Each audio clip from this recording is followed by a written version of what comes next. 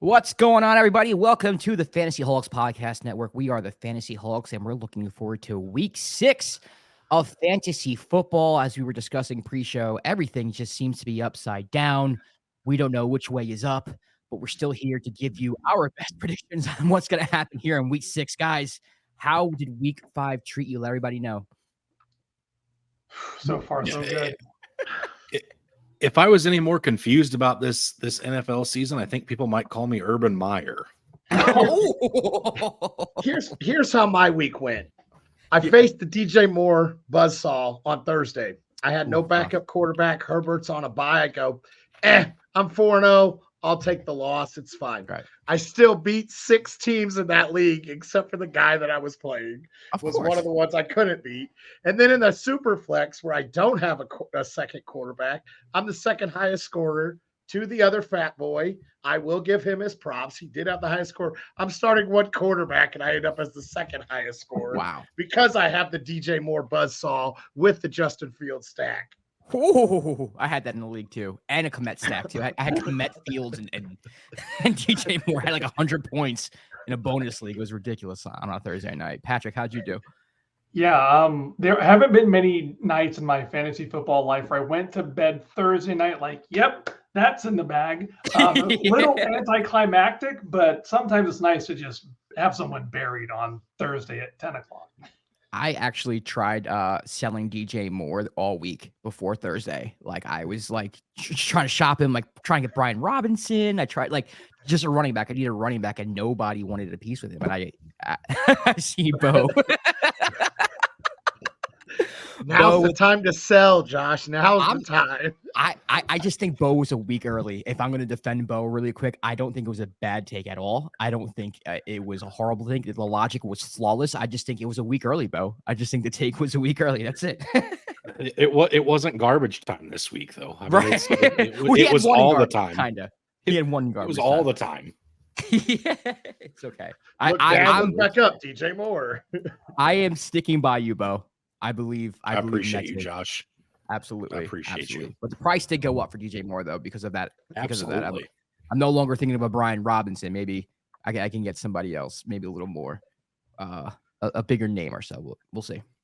All right. So let's get started with our games of the week. Bo, I'll start with you. What do you got?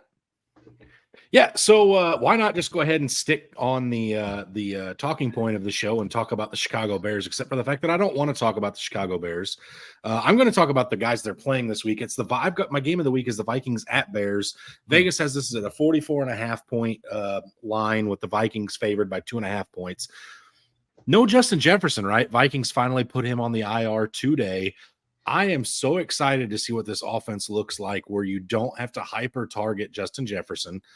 I'm excited about Jordan Addison. KJ Osborne has shown so many bright flashes. I like what I'm seeing out of Alexander Madison here as of late. And then again, TJ Hawkinson. There's so many fantasy options on the Vikings offense, and it's going to be really interesting to see what Kirk Cousins does when he doesn't have one guy that he fixates targets to. Now, obviously, on the other side of the ball, Justin Fields is starting to, cut it loose here. Matt Eberflus is like, figured it out. I can't make this kid stand in the pocket the entire game because it just doesn't work, right? I'm interested to see what happens in the Chicago backfield, too. Khalil Herbert got banged up Thursday night. Roshan Johnson was in the concussion protocol. It sounds like he should be good this week, but Deontay Foreman won't be a healthy scratch this week. And then obviously, every week I'm rooting for a DJ Moore collapse just so I don't look like an idiot. Because you can't. The fun thing about the internet, fellas, is once a video is out there, it's just gone. It exists. You can't pull it back no matter how bad a take was. You just got to hope the take comes back to you at some point. Yeah. And honestly, I don't know if you saw, I don't know how deep you dug, but there were a couple of videos or a couple of comments where people were standing up for you, just saying like, this is just week early. Like he's right about this. The logic was fine. So I think by the end of this, you may have lost a battle, but you might win the war. You might win the war, Bo. That's all it's about, right? Yeah, that's all it's about. And I got a question. Damn you, DJ Moore. The Moore War. The Moore War. I got a question about Justin Jefferson. You mentioned how you think everybody else is going to kind of step up and do fine. But if you are, let's just say you're a top tier team right now, you're looking forward to the playoffs. I know it's week 6, so it's kind of weird to look forward really quick. do you buy low on Justin Jefferson? Is this a time to buy low? Is it such thing as buying low on Justin Jefferson? Do you take that chance? Because a lot of people are thinking like he might even come back this year, which I think is kind of crazy. But what do you think? I mean, so obviously in a redraft league, right? You're the guy who owns Justin Jefferson is obviously hurting right now in a big way, probably. First round draft pick, obviously, if you own him.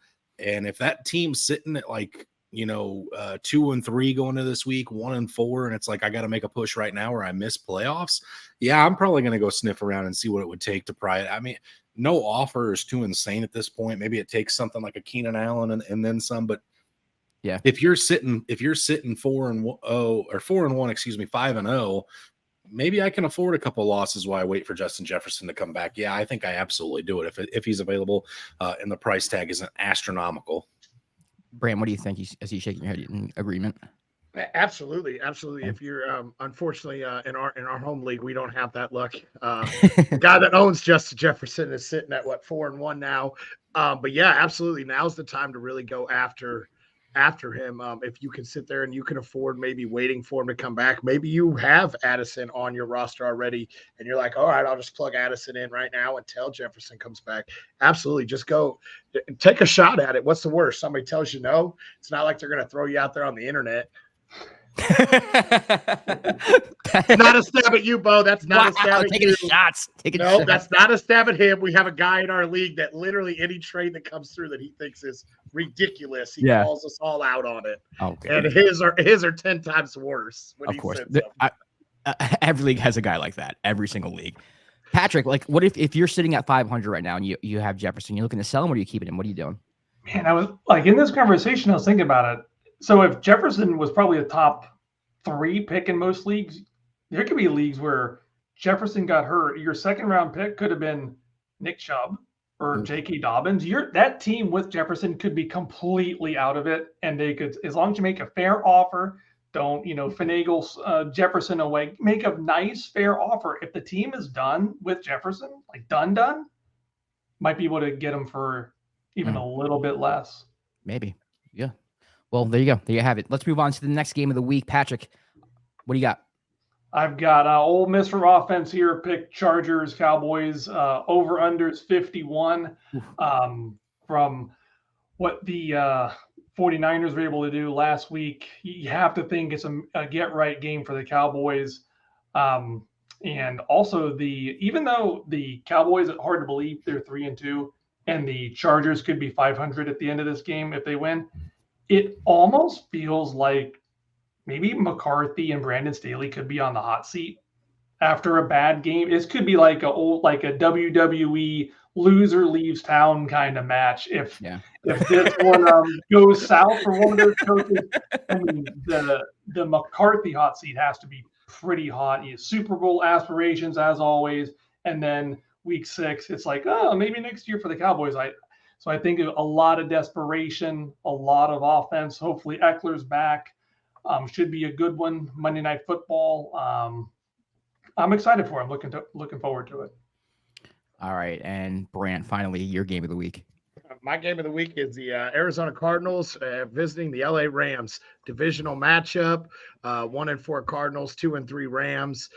The Cardinals have actually looked decent at times this year. Yes, we have seen them collapse in the second half. I know you're missing James Conner. Let's see what this rookie running back can do. No, Bo, I will not try to pronounce his name so you can make fun of me for the next couple of weeks. I was hoping you were going to say it because I don't know how to say it either. Just go with Keontae Ingram, Brant. You can get that one. Just say Keontae Ingram's the guy. So let's see what this rookie running back that was on number 1 waiver target for this week. Let's see what he can do there in Arizona. It's a 7-point favorite is the Rams. It's 48.5. It's actually tied for the highest point total from Vegas with the Miami game on Sunday. I know the Monday game is higher, but for Sunday, it is tied for the highest point total. Arizona gives up 32 total points to the wide receivers. They're near one of the worst against wide receivers. We know Kupp's back. We know Puka's there. Tutu's shown flashes. Williams is showing flashes there too. I know he's coming off okay game. I think this past week I'd have to go back. I think I actually benched him, unfortunately. But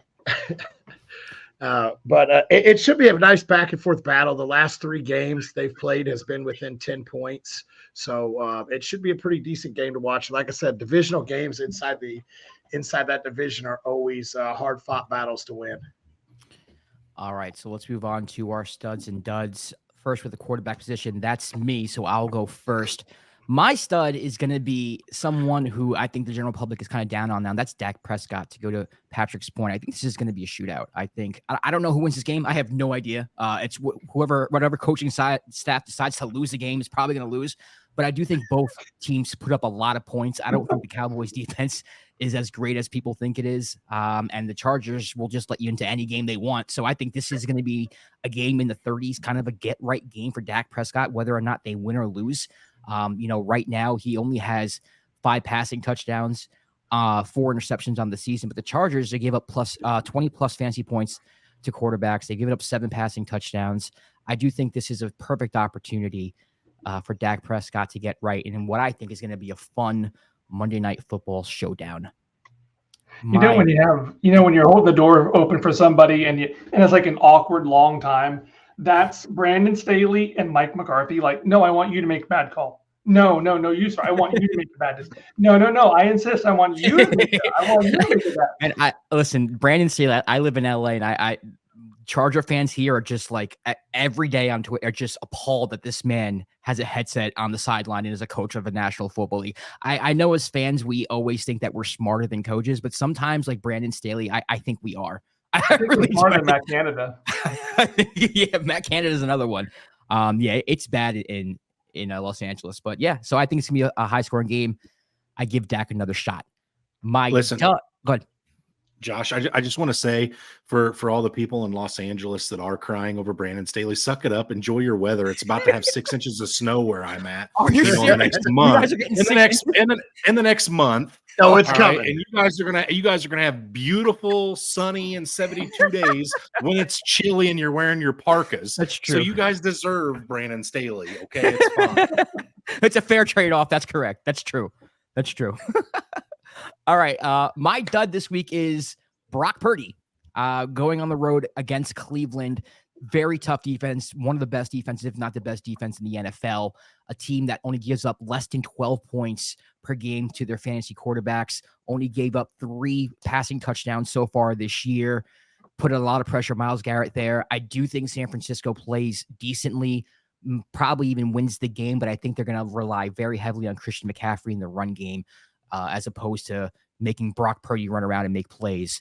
I could see him, maybe a touchdown if he plays well, maybe 2 touchdowns, but he's someone I probably wouldn't take a chance on if I can help it. And someone in DFS, I'd probably stay away from. Let's move on to the running back position. Bo, that's you, right? It is. Yes, it is me. And first of all, Josh, I want to say I hope you have better luck because I called Brock Purdy my dud last week and he spit in my face with 4 touchdowns. It was a bad week for calls from this. It's a week early. You're just a week early. That's what it is, man. It is. So for me, my stud is a guy that's going to play Sunday night. It's going to be a primetime game against your New York Football Giants. Josh, I apologize. I understand, but I get it. I think James Cook is a guy that I don't take out of lineups this week. And the Giants are like number 3 against or giving up the 3rd most points to the running back position. And Cook's been pretty efficient this year. He's averaging 4.7 yards per carry. The Giants are giving up like 135.8 yards per game to the running back. That's just rushing attempts. They're averaging like another 27 in the air. And James Cook is a guy that can do it all. I know his snap count and the game script wasn't great for them in London last week. But similarly, I think the Bills get right this week. I think they bounce back. That offense hasn't looked as good as it has in the past at all yet this year. I think that happens this week. I'm expecting James Cook to be an RB1 this week, if not more. All right. And what about your dud?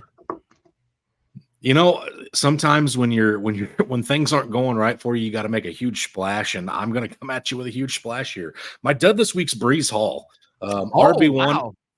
RB1 on the week last year. This man exploded last week, but he plays the Eagles this week, who have been the stingiest team to the running back position. They're only allowed 47.8 yards per game to the running back. Breece Hall, what he's doing this year, it's been electric, but it's all on very few amount of touches. It's been that Devin A chain, if you will, effect, except for I guess technically Breece Hall started doing it first because he did it last year. I think people just forget about Breece, and I think Breece Hall still has a really good year. I just think this is a week where, true enough, I think I'm going to be looking to buy Breece Hall after this week because I think people are going to be a little frustrated with what he does this week. I'm thinking he's going to have 15 carries, maybe 30, 35 yards, something like that. It's going to be a pretty abysmal game for him. Yeah, it's going to be an ugly game for the Jets going against the Eagles. It's not going to be well. Not going to look good at all. Patrick, you have wide receivers, correct? Yes. All right. What do you got? Stud. My stud is, it's not a show where you're like, oh, hey, start your studs. CeeDee Lamb is going to be a stud of the week. And people might say, oh, wow, I'm already starting CeeDee Lamb. Who's not starting CeeDee Lamb? CeeDee Lamb has 1 top 10 finish this year and 2 top 24 weeks this year. He's not played well. The Cowboys offense is a little off balance without Kellen Moore. But I think this week versus the Chargers in that game where there's not going to be much defense, the Chargers have allowed the most yards per game. They are in the bottom 10 in yards gained per attempt, net yards gained per attempt. They're 8th in passer rating allowed. I think the over-under is 51. I think both teams score over 40. I think it's going to be Dak is going to really want to establish himself as, hey, I might not be great. I'm not that bad. We're not that bad. And if they win this game, the Cowboys are 4-2. It's hard to believe as bad as they looked last week. They want to get that taste out of their mouth. And I think CD will be a maybe ceiling of top 3 wide receiver this week. People might be wavering on him. Like, do I really want to roll the dice on this guy again? You might have 2 really solid options besides Lamb that you want to start. I really think Lamb is a locked and loaded wide receiver 1 this week. Yeah, the Cowboys-Chargers game, it just feels like start everybody and anybody you can. That's or it's going to be 20-17, and that's what's going to be. 13-7. Tomorrow year. Yeah. And then the 49ers Browns is the high scoring game. Like, give me a break. It's been that type of year. What about your dud? What do you got? My dud is going to be Nico Collins. And people might be saying, well, dude, Nico Collins is having a great year and it's tied to the success of CJ Stroud. Collins might be near a every week start for some people, but the Saints defense is on the opposite end of stingy. They are the second lowest completion percentage allowed to quarterbacks, the 5th fewest total yards, and the lowest passer rating allowed to quarterbacks. The Saints pass defense has been very, very, very good. CJ Stroud hasn't thrown an interception yet. I think that's going to be broken now that the television broadcast jinxed him all the end of last game once he's passed that record of 186. I think he's due for 2. It'll be Stroud's toughest start of the year. And Collins has had, I think he only has 1 kind of dud this year. He's got 2 games well over 120 yards. I think Collins is hard to sit him as he's done this year, but I think it could be a letdown week for the whole Texans offense. Is that an offense you want to sell high on? Not just Stroud, but like Tank Dell has gone off to a good start.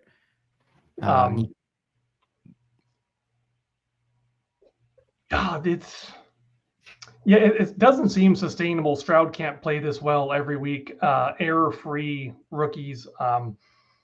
If you can get a solid piece, if you could package Nico Collins in the Justin Jefferson deal, then by all means. Anybody with a differing opinion? No, we all agree with that. All right, sounds good. Let's move on to the tight end position. Brant, what do you got? Well, my stud, I'm going with Zach Ertz. He's going against the Rams, who the Rams just got torched by Dallas Goedert. The Rams average giving up 5 receptions and 66 yards per game to the tight ends. They actually give up, I think it's the bottom tier of defenses against the tight ends. Ertz has seen over 7 targets in 3 games. He's tight end, I think, was 15 on the year. I think this is really a breakout game for him. And the Rams have actually been a little stingy against wide receivers. So I think they're going to have to look to Zach Ertz to really help add points to the board in order to keep up with the Rams this week. So I think that Zach Ertz is due for a real breakout this week. And what about your dud? My dud, we're going back to Houston. And that's Dalton Schultz. And that's because the Saints, as Patrick alluded to, are very stingy against the pass. Schultz is tight end 12 on the year. He's seen less than 5 targets in 3 games this year. And the Saints, like Patrick said, they're second best against the tight end. They're only giving up 4.5 points on average this year to the tight end. It's not going to be a very pretty game for C.J. Stroud and the Houston Texans. So I'm benching almost every player in that Houston Texans offense. Wow. I think that's like Patrick alluded to, that rookie bump is coming, and I think it's going to come this week. All right. Well, there we go. Those are our studs and duds. Let's move on to DFS play. Bo, I'll start with you. What's your lineup looking like this week? Yeah, so I tend to notice that I bank on certain games, and it's just because I'm a sucker for pain, I think. So my stack this week, I think I'm going to go against the grain for a lot of people here, but I talked about this game as my game of the week. I've got Kirk Cousins, $8,000 at the Chicago Bears, and I paired him with the wide receiver that I expect a breakout game for. KJ Osborne at $6,200. I didn't go with Jordan Addison. I think Jordan Addison's going to take over that one role, and he should get the number 1 coverage for defenses. And I think it's going to take him a while to really separate, whereas KJ Osborne is an established veteran who's been playing with Kirk Cousins for a while now. I think Kirk Cousins goes to him a decent amount. So that's my stack here. At running back, I've got Miles Sanders just because he was dirt cheap against the Miami Dolphins. I'm not expecting a whole lot out of him. But again, he was a little cheaper at $5,900. I went with Joe Mixon for $7,000 against Brandt's Seahawks. I do think that the Seahawks secondary is good enough to slow down the passing attack in Cincinnati. I think they'll look to run the ball on the Seahawks. And then I've got some losers at wide receiver here. I'm going to talk bad about these guys because then they'll explode and it'll be great for me for fantasy. I've got Drake London at 6,400. I wonder if maybe Desmond Ridder figured something out last week, or maybe Arthur Smith figured something out with the play calling. I mean, hell, it's got to be Dez has got to be the answer. Otherwise, we don't go trading for a wide receiver in the middle of the week. So Drake London, 6,400 against the Washington Commanders. And then I've got Garrett Wilson for 6,900 at the Philadelphia Eagles. You cannot run the ball on the Eagles, but you sure can pass on them. Zach Wilson's going to have to figure it out if the Jets are going to have any chance in this game. And then I went a little expensive at tight end. I spent $6,700 on TJ Hawkinson as well, just because I do think he ends up being the red zone guy without Jefferson. He should have a lion's share of targets there. And then my flex should be no surprise because he's affordable still. Bijan Robinson, the man that makes the most beautiful one-handed catches out of the backfield that I've ever seen in my entire life. I would leave my wife for Bijan Robinson. I'm sorry, honey. But anyway, 7,600 against the Commanders. And then for my defense, I did take the Miami Dolphins against Bryce Young and the Carolina Panthers, $4,800. You saw that aerial camera view of that touchdown. Oh, that's so cool. So such a beautiful shot. Yeah, Bijan, unbelievable. Bijan even looks good in the Toy Story world, okay?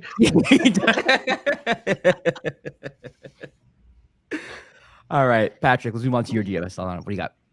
My quarterback is Matthew Stafford. Man, he still looks so good. I was watching pieces of that game last weekend.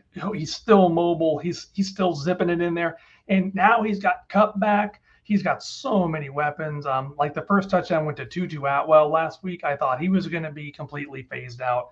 He's got Kupp, Nakua, Atwell, Tyler Higbee, so many weapons. And the Cardinals got lit up last week. So as long as Stafford's got the hot hand, turn back the clock maybe 5 years, I'm excited for him, see him play well. Running back, I went Alvin Kamara at 7,500. He had 14 targets the week before last, and then 22 rushes this past week. So if they can meld those two together, that would be a hell of a week for me. I'm hoping that evens out, maybe like 15 runs, 15 targets. That'd be nice. And and they're against the Texans. I took Jonathan Taylor, who won't be $6,500 for very long. The Jaguars have been in England for 2 weeks. They've been driving on the wrong side of the road. They haven't been sleeping in their bed. And it would be a disservice if we didn't mention it's a Gardner Minshew revenge game. So that's going to be a lot of energy. I think JT might be allowed to split carries with Zach Moss. Not sure yet. Time will tell there. For receiver, I got Puka Nacua for 7,900, get a little Ram stack there. I took Michael Pittman with the aforementioned Minshew revenge game. I'm excited about that one. And I took Jalen Waddle for 6,800. I felt that was pretty cheap. The Panthers were actually decent against the pass. They haven't seen anything like the Dolphins passing attack yet. So hopefully that's a good cheapish source for points. Tight end, I went TJ Hawkinson. I wonder how many targets he could get with Jefferson out. I think the playoff game, I should have looked at this stat closer. In the playoff game last year, I think Hawkinson had 10, 12, 14 targets in a game. He had 12 targets in the first game of the year. This year, I think Hawkinson's going to have a big week. He's only 6,700, which is a pretty good price. For flex, I took Drake London because of the Commanders' defense last week. Even Desmond Ridder should find London early and often.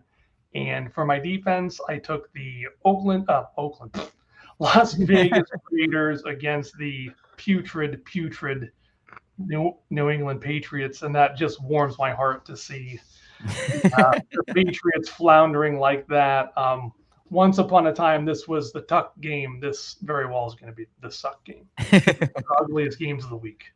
And they're only $4,300. That's a nice play. I got a question for you as a Zach Moss owner. Do I start him? Do I bench him? What do I expect? What do I do with him? Don't drive me crazy. Drop him.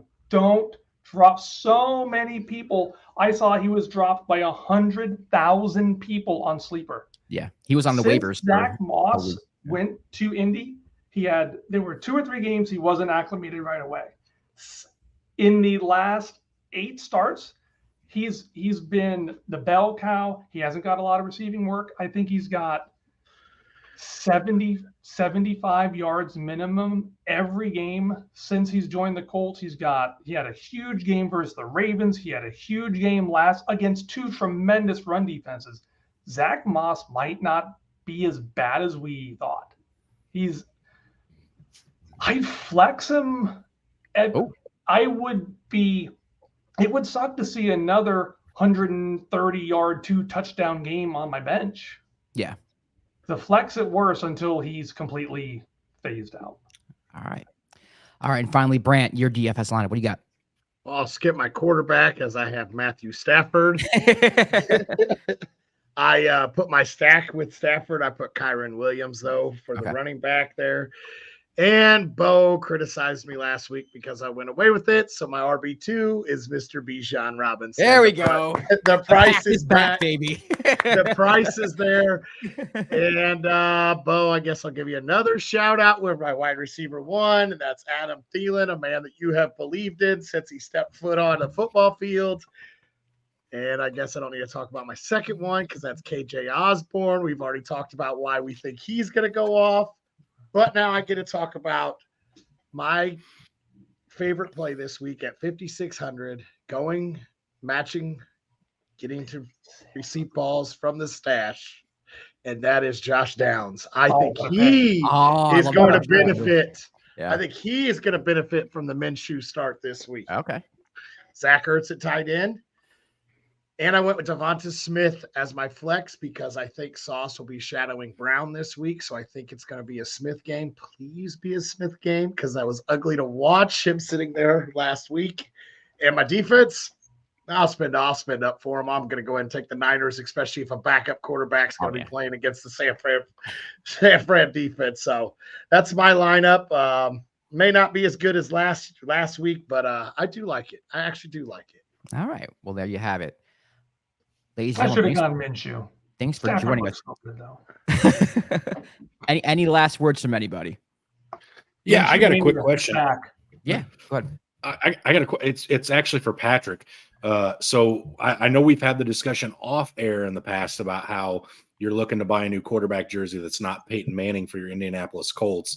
I feel like Brant would be really appreciative if you rocked Garner Minshew Colts jersey, because that is Brant's favorite quarterback. I think I should. Absolutely. Yeah, you absolutely should.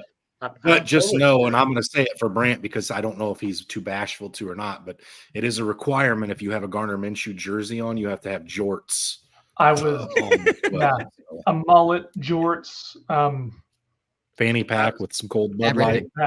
I was gonna be nice and say you rock the Minshew jersey, and I will break out the jorts. All right, don't rock the Minshew jersey. Nobody needs to see that. I kind of want to see it. I'm not gonna lie. No. Yes. Yeah. Alligator skin flip flops, just the whole nine. Oh man, that'd be funny to see. All right, well, thanks for joining us. If you've been watching, please leave a comment in the comment section. Ask a question. We'll get to it next episode. Until then, good luck with all your fantasy football leagues, all of your teams. We'll see you next week for another episode of the FantasyHolics.